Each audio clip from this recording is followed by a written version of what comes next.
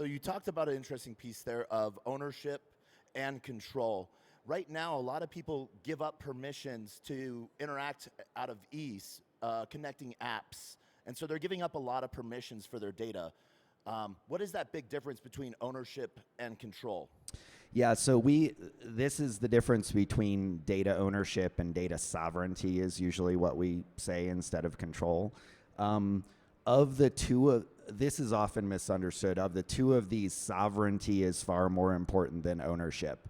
So we see this mistake in the set of manifest incubators all the time. We see probably 5 to 10 data privacy startups a week or so coming in to the platform.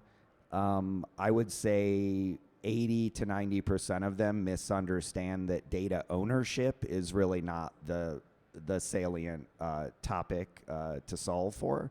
It's really all about control of the data. And let me give you an example of that. So you may feel that you own the data coming off your Oura Ring, for example. Probably you have one, I have one, probably half of the people here have one, right?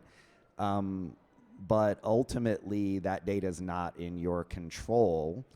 You may feel that because you own it, you should be able to derive some value from it, which is what the premise of most data privacy platforms is ownership equals value, and that value should come back to the user.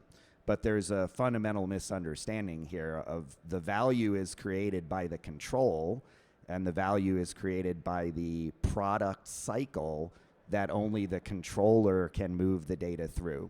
So it's really the controller that generates the value, and so the value stream goes to the controller, and that's probably correct in that case.